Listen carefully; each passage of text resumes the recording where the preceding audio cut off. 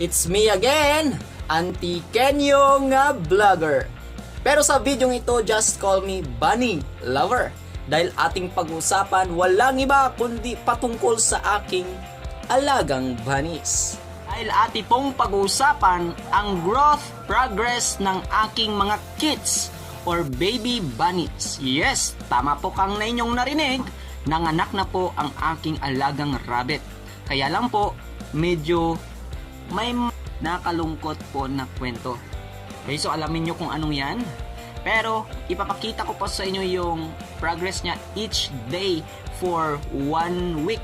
So 7 days progress po ito sa buhay ng aking mga kids. So keep on watching. Maiksi lang po ang video ito. Let's go! Hello? It's July 1.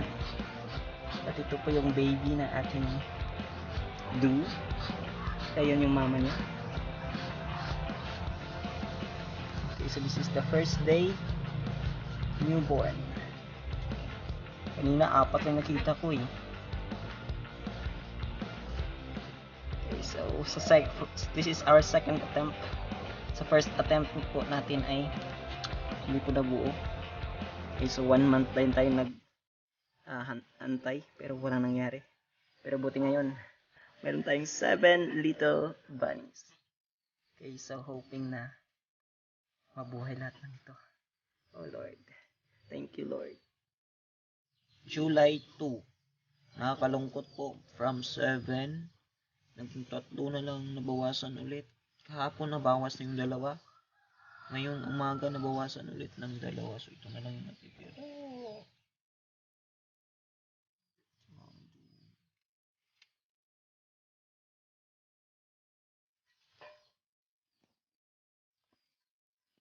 This is 3 days old bunnies. Okay, so malusog naman sana yung 2. Yan yung pinanasa taas. Yan yung talagang pinaka siguro malakas dumidik. Kaya malaki siya. Pero yung kakalungkot yung isa, ang liit oh.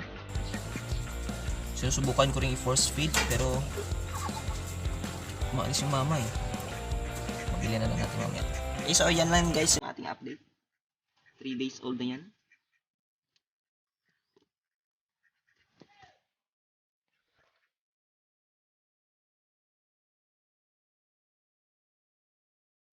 Fourth day, July 4, 2022. So this is the update sa itsura ng aking bunnies.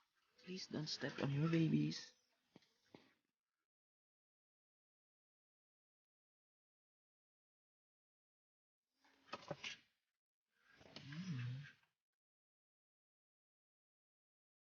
Medyo may balahibo na sila.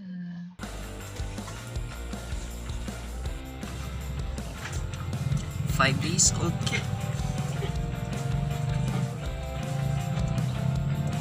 Bakit pa rin yung miss ko? Hindi na tayong bunso ko.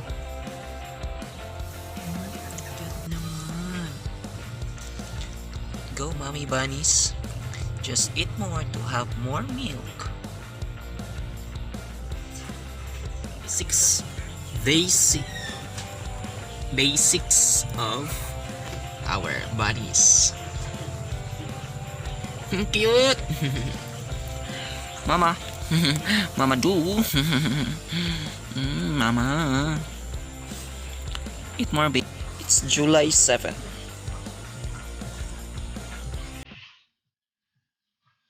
Very good. Nagpapadidi ka na kahit nandito ako.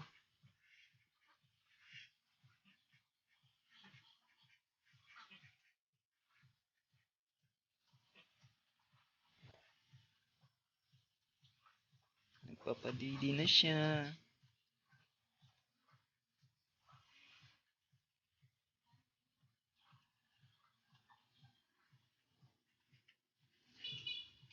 Sana yung maliit padidi rin oh.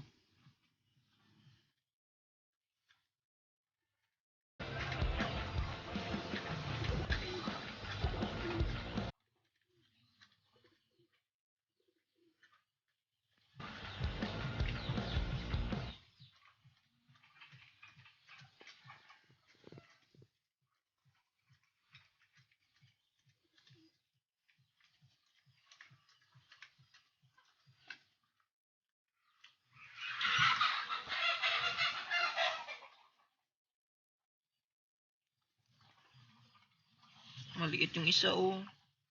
Pero buti nakasurvive at tilanaw. Ang gandang dalawa.